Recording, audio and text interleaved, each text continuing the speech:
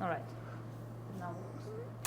All right, so we're going to review the steps you've already touched on and the steps that are to come in Mischtechnik. We're going to go over underpainting a little bit, glazing or semi-transparent color, and then highlighting with the tempera and layers of color. So what you're doing really is just the reverse of drawing. In the positive, you're using the negative, really, to be a positive. The white instead of a black to create form.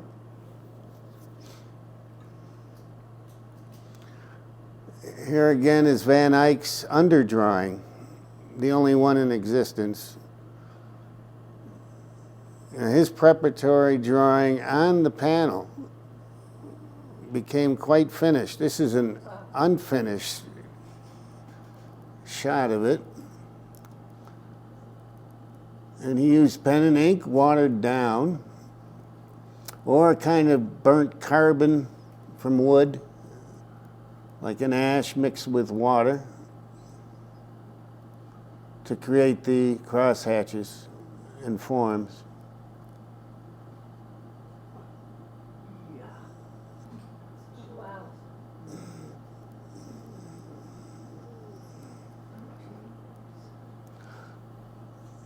I just threw this in. This is Van Eyck's sister, Margaret,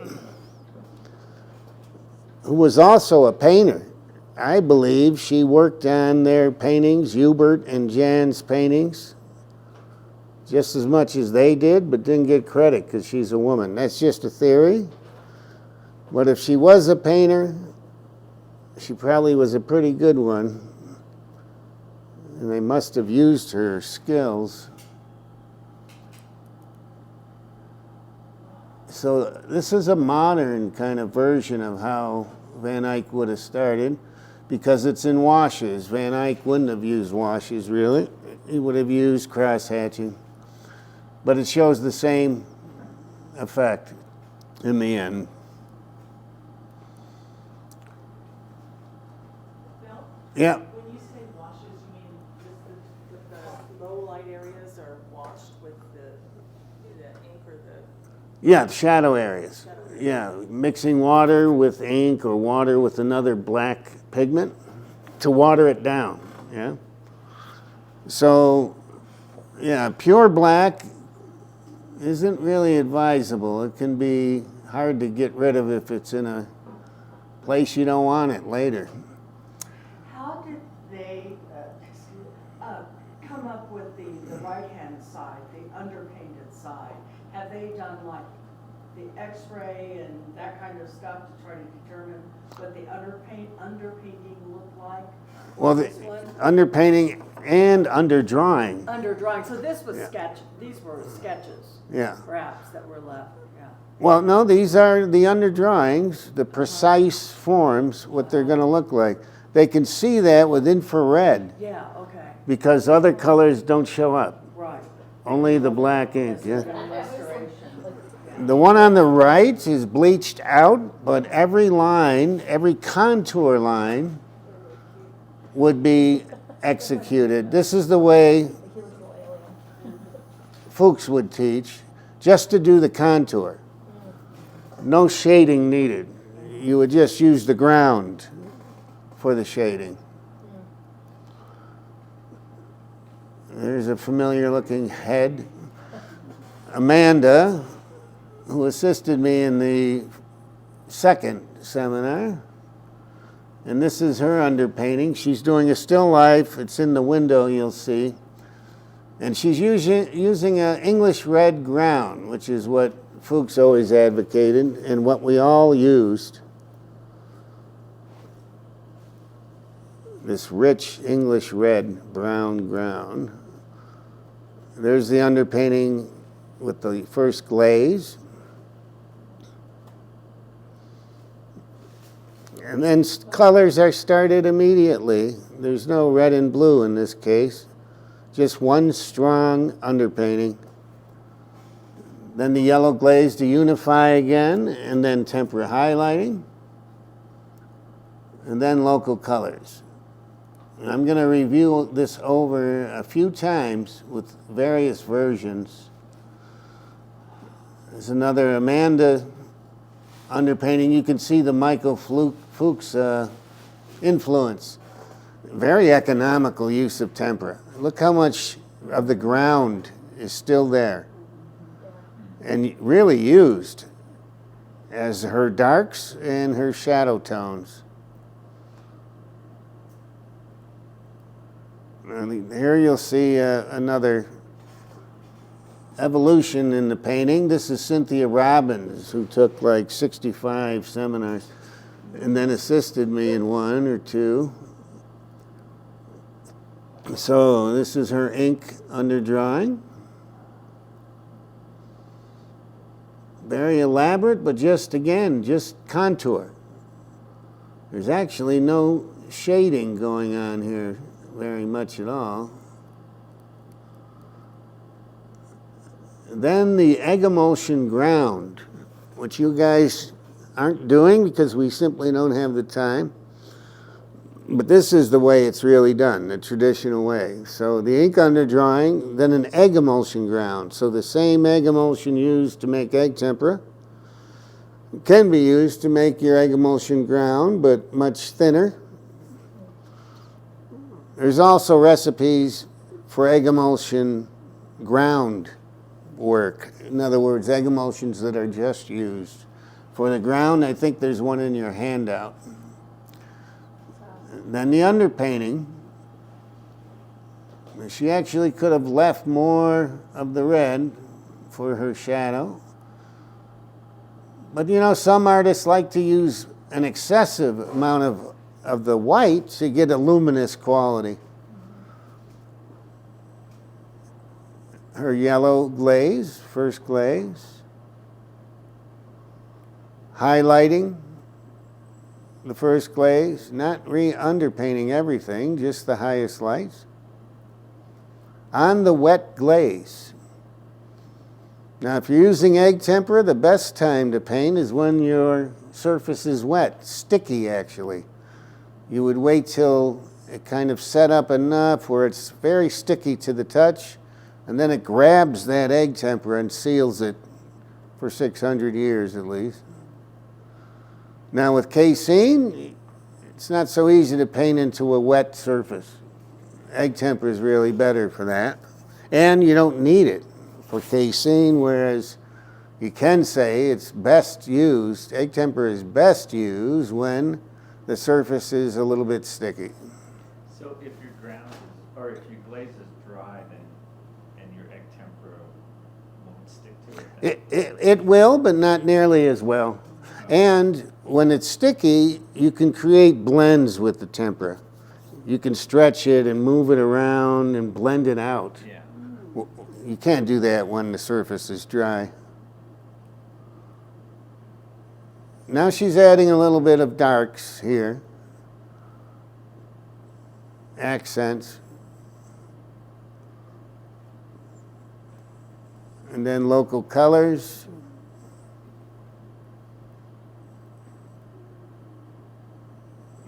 More local colors, glazing and layers. What's the difference? What is a glaze compared to a layer of color? The glaze is really thin. What's that? The glaze is like really thin. More transparent, right? Yeah, transparent. Yeah. And a layer would be opaque. Okay. And the finished piece. It's a good size, 36 by 36, 3 by 3 feet.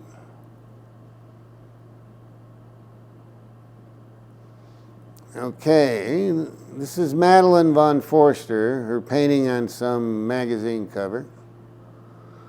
And this is a quote from her.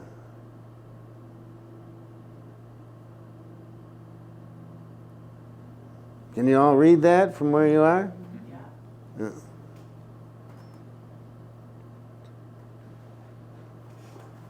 Oop.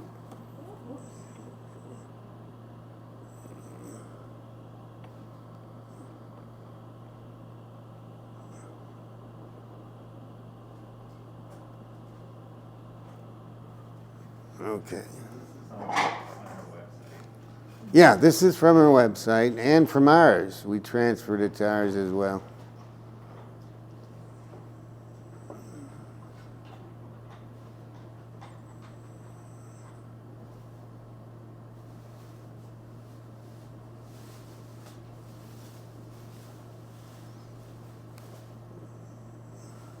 Nice plug.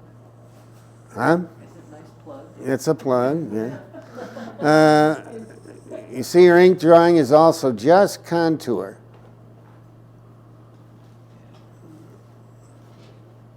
Then she put the egg emulsion ground on. When that's dry, it's actually varnished. Then you have to wait for that to dry. So it's at least 3-day process. So she put that red on and then she put varnish on top of that? Yeah, when you put the red on, your ink drawing disappears. When you varnish it, it returns. Oh, wow. Yeah. Like magic. But isn't varnish kind of, wouldn't that, I guess you could keep layering over varnish. I thought varnish was like the last layer to protect the painting. There's a final varnish. Okay, so you And this would be the initial varnish in this technique, yeah? You have to do this, you have to varnish because if you're using the traditional technique, you're going to be rubbing painting medium on the surface. If you did that without a varnish, all the red would just come off in your hands and off the panel. So it seals the drawing and it seals the surface of the red. Right now, it's egg tempera, the It underpainting. was before that. It was after that. Yeah. Here, ink drawing, red imprimatur, red imprimatur varnished. That's why you can see the ink drawing. Medium is applied to the surface. Now, Amanda never taught this way, or anyone else really. No one taught the absolute traditional way. And even I don't teach it that often because it takes more time. So abbreviated ways have been coming up and used. And you don't have to do it the absolute traditional way, but it does give you an effect differently than if you didn't. Here's a yellow ochreish glaze over the underpainting. All these shots are not good, by the way. They're very bad. Then the highlighting on the first glaze when it's still sticky.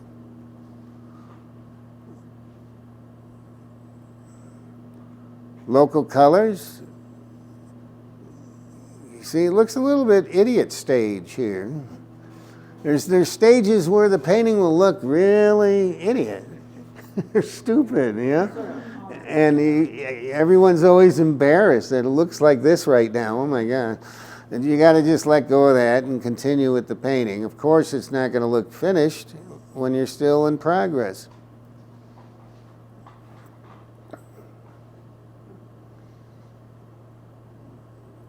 Now you start to get into layers, opaque and transparent, semi-transparent.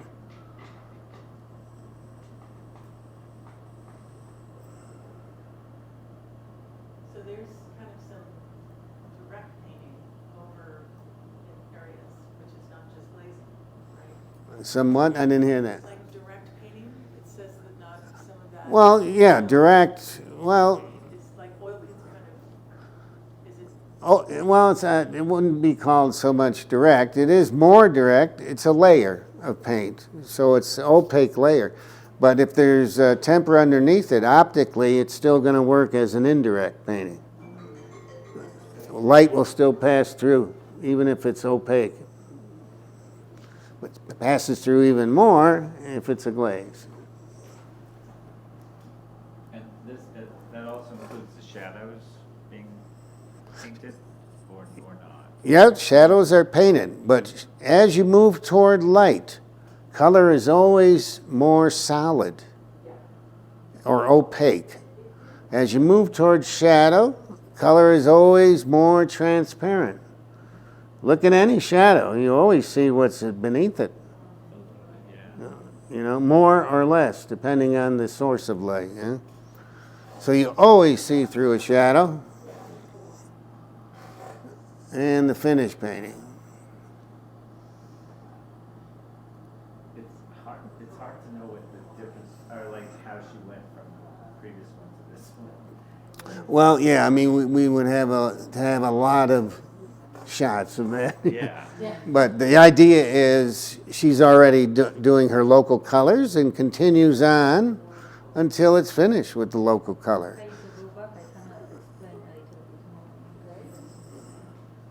All right, so here she's deep into local colors. So, okay, so in this place, I think this will be easier to see.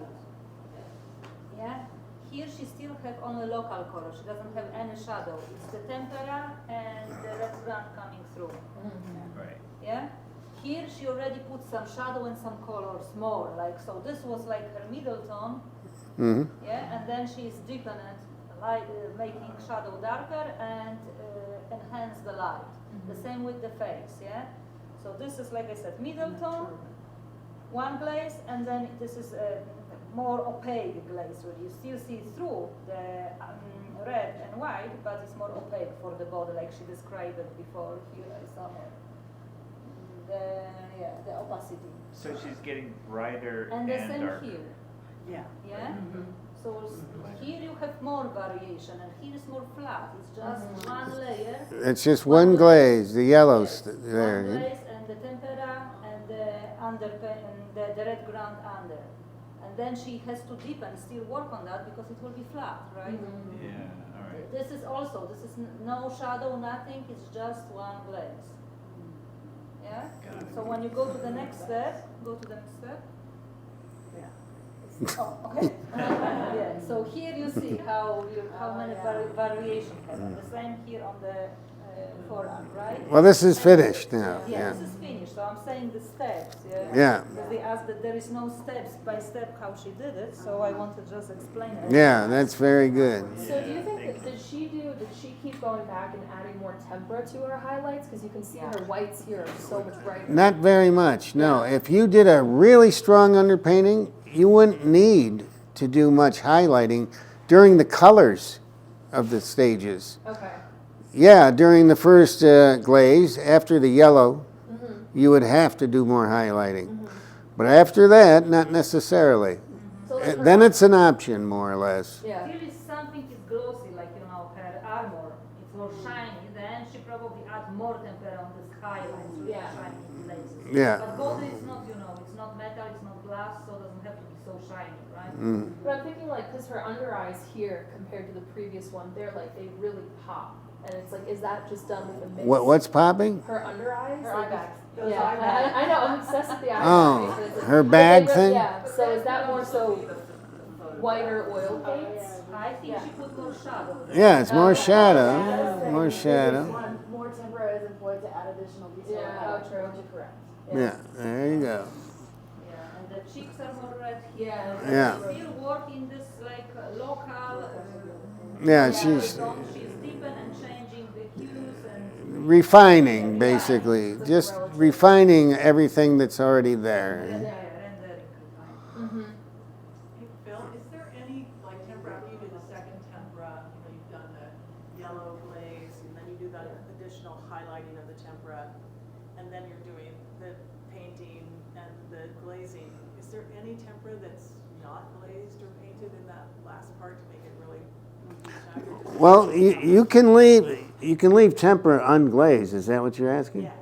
You can, but in the end, you're going to want to put a final varnish because leaving tempera on the surface can get dirty pretty easily and collect dust. Just by the nature of its chemistry, really, just collects dust. The tempera and then over with titanium white oil paint, Yeah, but in any case, it must be covered with a varnish or resin oil color or something. Yeah, you can't leave it on the surface.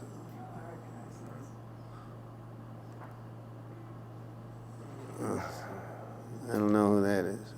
Hello? Come on in. Hi. Hi. Oh, Sue. Okay. I think you need to come on Yeah, the you might trash have to can come- side. Yeah. Front. To your left.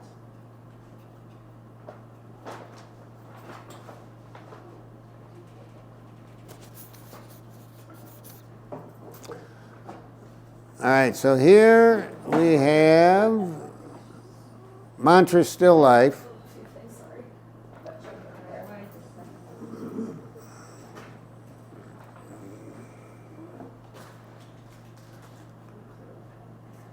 You want to talk about this one? No, I will wait for Sue to pass it. All right, we'll wait for you, Sue. Right.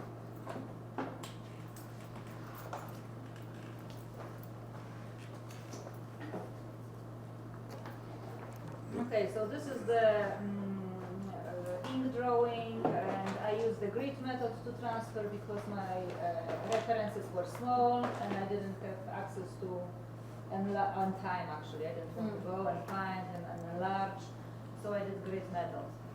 You did what? Grid. Yeah. Grid. Grid. Oh, okay. Grid method. Oh, got it. I see it. So you see Yeah. there are boxes, yeah? I did the Oh, you grid see that little, okay. on my photo references, and I did the same amount of boxes on my panel. Slow down. Transfer step by step, box by box on the panel by panel. And you said panel, right? Yes, panel. I used panel Yes. because I wanted to use as much traditional classical Mischtechnik as possible. However, I didn't do imprimatura, the emulsion grant. I just did oil grant.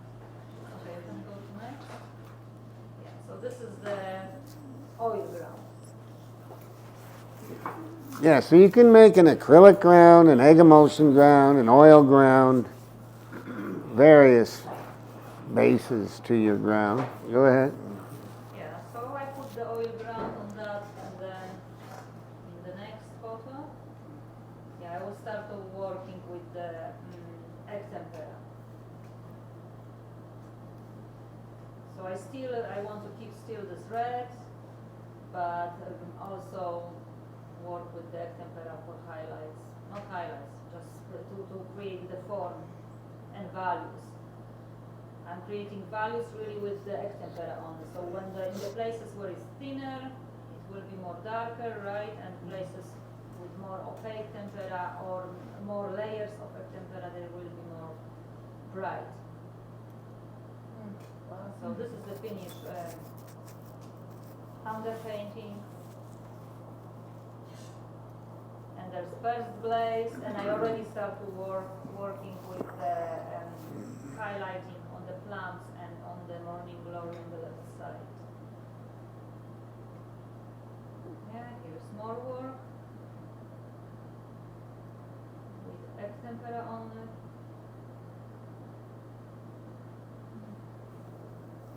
Yeah, and here I already started working with the shadow. So we see this part between the pictures, and on the right side there is raw amber oil paint. Now, there's two ways to do that. There's more than two ways, but several ways to achieve that dark. One is to let the local colors eventually reach a point where the dark accents are also present. But this is probably a better way, where you finish the highlighting and go to dark accents. It helps you see the piece even better. And then you could always soften a shadow with a glaze on top of it too. Do you pretty much always use raw umber for your No. shadow tone, or? Not always, but usually raw amber is dry fast, it's neutral, I can cover it with other colors easy, and I still keep it transparent, so it's not like it's thick and opaque. Right. I keep it, I just want to let a little bit darken it so I can see the form better, and also if I know that my background will be dark, yeah, I want to put this background first, because when I start to applying the local colors,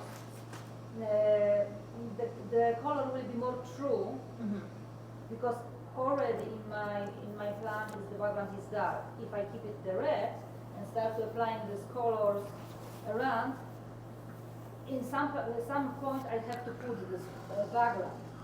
So it tells me, you know, how bright my fruits and plants should be, right? It will look different with the red background and different with the dark background, right? And shadows are going to look different with every environment that you're painting. If you're doing a landscape, you might not, and if it's a daytime, you might not necessarily use a brown.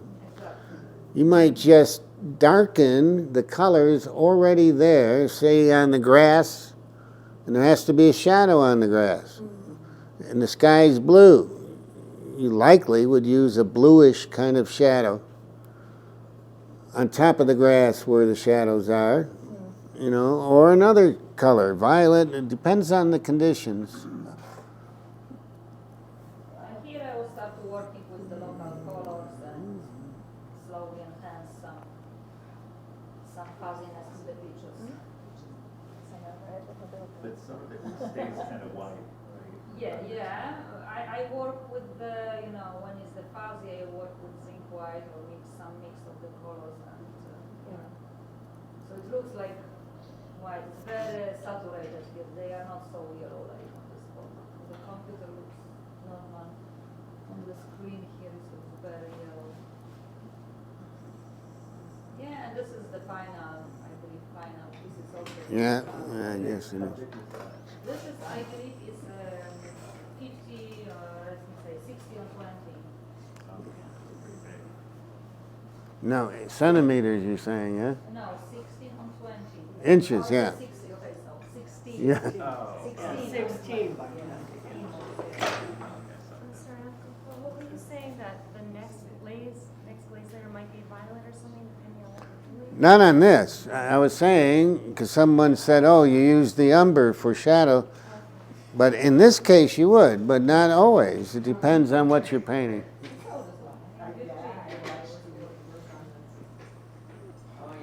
All right, now we're going to show a little bit of grisaille. This is actually grisaille and brunei melted together. So underpainting in grays and browns, it kind of created almost a silvery kind of effect. Oh, no, you're just fine. And it's one of my big mistakes in painting is I should have just left it like that. I started adding color and it was terrible. I should have just left it. Because they can look very beautiful underpaintings by themselves. Yeah, it looks like a finished painting. Yeah, and it was, you know. I didn't want to believe that, yeah. Overworking. But it's an example of the brunei and grisaille. Here's the traditional reddish ground, ink underdrawing, and then tempera underpainting.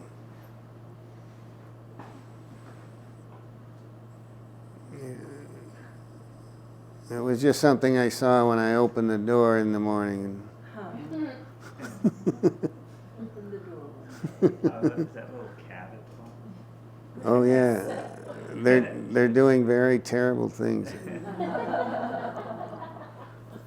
All right, let's go on to, this is Anagone's student that we saw on the other slideshow, Michael Angel, that started the Angel Academy. Now he tends to use very contrasty whites and darks, so leaving the ground for his darks and adding the white for light. But very little middle tones, middle whites or middle darks, and it's all just white and dark, which also can work fine. It just has more work with color then. So less work in the tempera, more work with glazes. If it's a more finished underpainting, he'd have less work with the color and more work on the underpainting. Another one of his, a grisaille on a greenish, earthy tone in the back underneath. You see that in the neck? How the shadows become kind of light-filled to an extent. They're alive, the shadows, not dead. Yeah. Very beautiful underpainting. That's achieved by having transparent shadows. Can you repeat that? You were saying that the shadows are alive, and I was asking if that's achieved by having transparent shadows. Is that? Well, there is no transparent shadow. It's just the ground. Yeah, the ground, the green. You see the background Yeah. around her is the same color, really, as her neck, as her back, as the breast. All the shadow areas, you see that greenish coming through. Okay. Like the leg in the front, underneath there, at the edge of the leg. But what something is used to make it darker in value? Yeah, he's used a darker The black. color, like an umber probably, raw umber. The shadow. But the highlight that you're seeing, the highlight midtones are the ground. Does that make sense? The midtones. The The midtones neck, of the the neck ground. is completely background. There is nothing raw color. The back is a little bit raw amber. Yeah. Oh, I see what you're Yeah. saying. And then The as it hair gets is raw darker. amber Yeah. too. The hair on her left side of her face. Right. Also raw amber. And her hair, yeah. Okay. So you don't use really this dark values that you have on your. You can use it for hair, yeah, but you don't use the dark values for white. In this case, you use more like a middle and then going up, or maybe like number 6 and then going up, right? You can use this really lower if you don't have to. Okay. If you want to have something like more exposed to light, if your painting is more exposed in the dark, in the shadow part, then you can use it, yeah. Yeah. So it's like a transparent design. No. Well, you'd have probably more medium in the umber in some If places. you want this warm tone, look, the background is warm and her body is cold, really in gray. So this, the temperature of the background and the object is just work together. Because it's in the composition, you need to really have everything. You need to have warm, cold, contra lines, some more render closer, something blurry. Mm. So to work well, the paintings look well.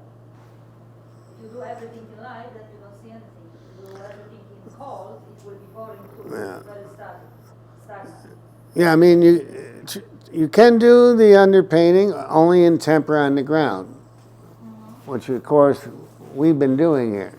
But then you could go a step further and use some oil color to darken your shadow areas where it needs it. And usually just the darkest darks, yeah? So here's Brunei by Van Eyck on an altarpiece. On the other side, usually they would do this. Other side of the painting. And it would usually be some simulation of sculpture, etc. But it's just the brown, umberish colors and white. That's it on the ground. That reflection's cool. Yeah. Uh-huh. Michelangelo again with his high contrast underpainting. It's like being all white. Yeah, all whites and all darks. And then with color, he would work the in-betweens.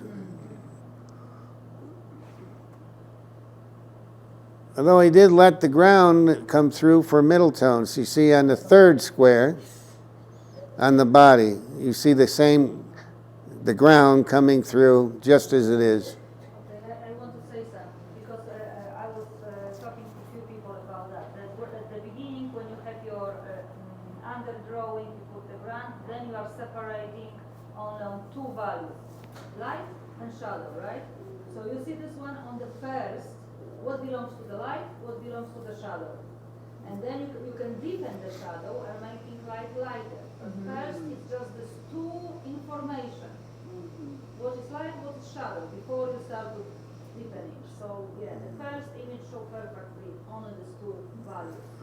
Uh-huh. This is the way I painted sometimes. This is not my painting, but I often have painted like this, where you put a ground or a glaze down and wipe away to bring back the light of the support or canvas or panel, gesso.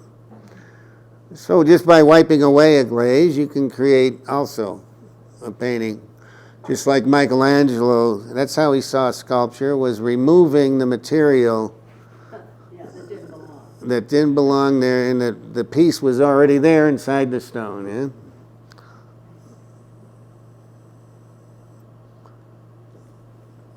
And that was Brunei, also just a negative approach. This is Bister, which a lot of the old masters did, often as sketching or plein air. Bister is an ash made from soot and water, really, and used as a paint.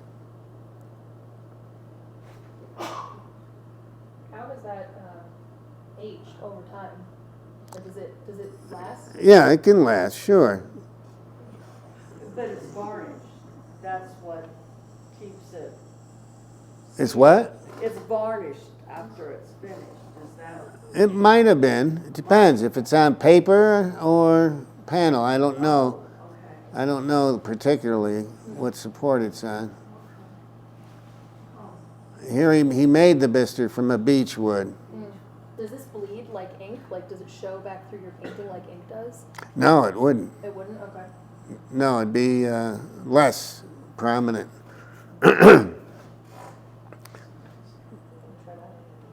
And we talked about Fred Wessel, and we've been talking about doing something together, but he's the one who does Verdi, or Verdaccio, green underpainting, and gold leaf, which he always uses around the figure. But the Italians often used green because Italians have an olive skin complexion. That's why. The Dutch use red because most people were whitish pinkish in Holland, yeah? But the Byzantine icons used green underneath. Also, yeah. What green would typically be used? It can be any green. This looks more like an olive green, maybe, mixed with sap green, olive green, mixed with perhaps some ochre. Okay.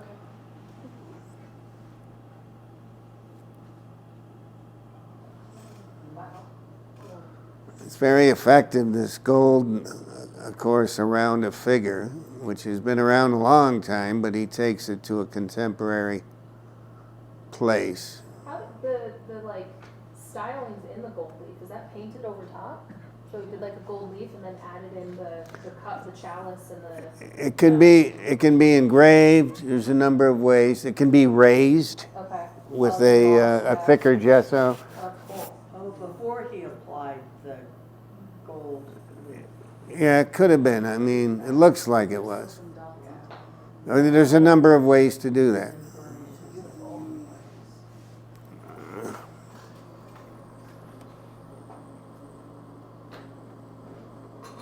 I don't know if that's going to get any better. All right, here's a grisaille again.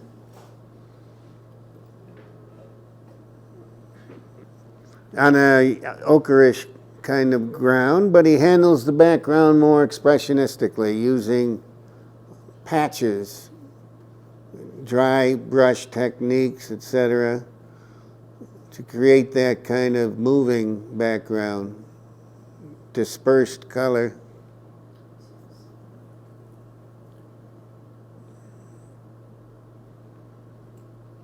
Now, a lot of these grisailles are done with different proportions of colors. A lot of them use Mars black or ivory black with an umber, but also an ochre.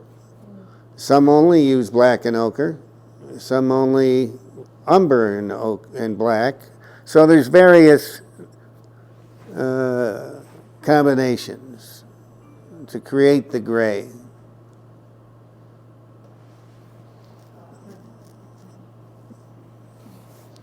And these are also, one is left is a grisaille on the right. The one on the left is created through a grisaille method.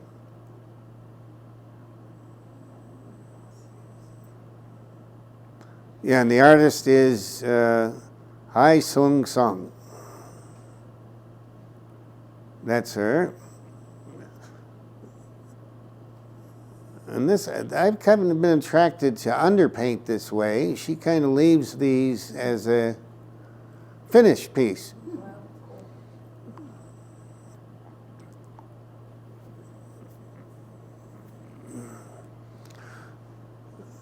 All right, Ingres was very famous French painter in the 19th century.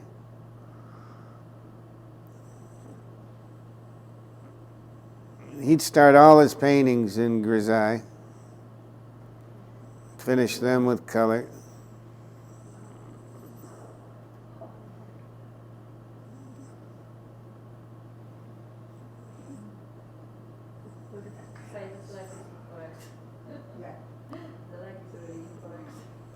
And this one? Yeah. The one knee and the foot, tried to cover it up with the feathers.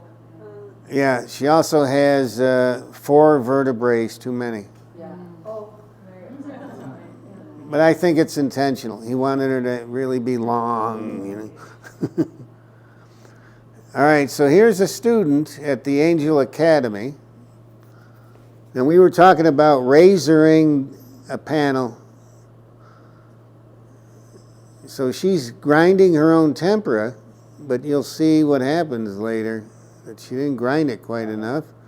But this is the idea again, grisaille on a umberish ground, warm ground, grays to create the shape.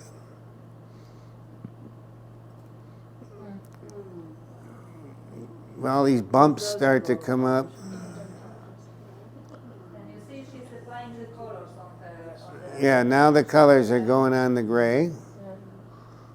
can be more opaque. You have the sketch already, the form built, and you can, Yeah. doesn't have to be glazed, can be because light is opaque. All right. So she's applying more opaque. And the importance of grinding your tempera good, or else your figures will get acne. Yeah. More color. So even though she's painting more opaque layers of oil paint on top of the grisaille, the value underneath is still coming through. Yeah, but they're not also always that opaque, the color he's putting on. They are more transparent. Yeah. And exposed to the light, they will be more opaque. So Right. under the eye, they are more opaque, but Yeah. then going lower next to her I know, cheek, yeah. the corner on the left side, yeah, it's more transparent. Yeah. Yeah. Okay, thank you.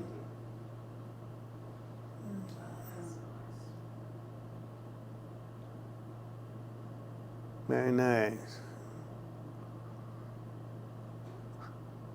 Okay, this is, I often start an underpainting. There's no drawing, usually at all, these days.